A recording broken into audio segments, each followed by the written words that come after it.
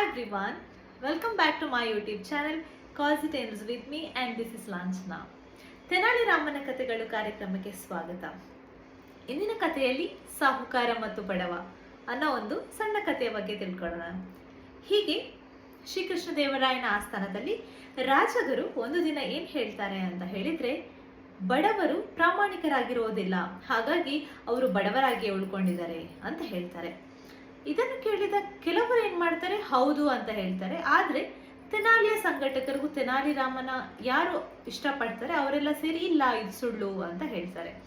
ಹಾಗಾದ್ರೆ ಇದನ್ನ ರಾಜನ ಮುಂದೆ ತಿಳಿಸೋಣ, ರಾಜನ ಇದಕ್ಕೆ ಪರಿಹಾರ ನೀಡ್ಬೋದು ಅಂತ ಹೇಳ್ತಾರೆ.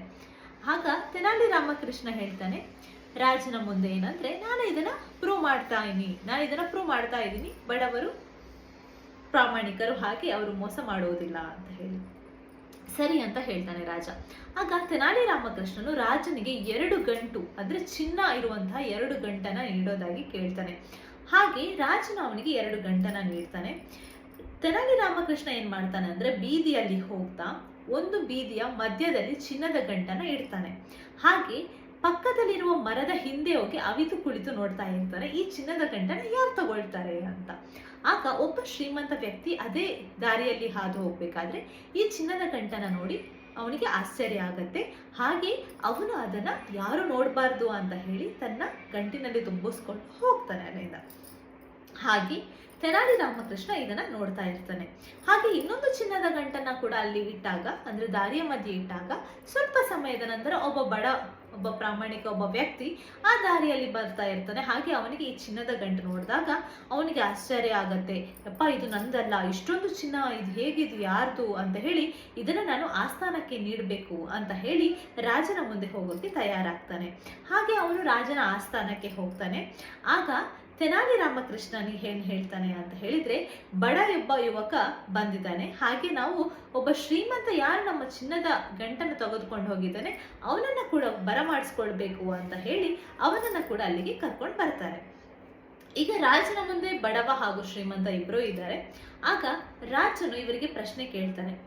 ಆಗ ಬಡವ ಏನಂತ ಹೇಳ್ತಾನೆ ಅಂತ ಹೇಳಿದ್ರೆ, ಈ ಚಿನ್ನದ ಗಂಟು ನನ್ನದಲ್ಲ, ಹಾಗಾಗಿ ನನ್ನ ಪ್ರಾಮಾಣಿಕತೆಯಿಂದ ಇದನ್ನ ತೆಗೆದುಕೊಳ್ಳಿಕ್ಕೆ ನನಗೆ ಸಾಧ್ಯ ಇಲ್ಲ, ಅದರಿಂದ ನಾನು ಇದನ್ನ ರಾಜನಿಗೆ ಒಪ್ಪಿಸೋಕೆ ಬಂದಿದ್ದೀನಿ ಅಂತ. ಇದನ್ನು ಕೇಳಿದಾಗ ರಾಜನಿಗೆ ತುಂಬಾನೇ ಖುಷಿ ಆಗತ್ತೆ.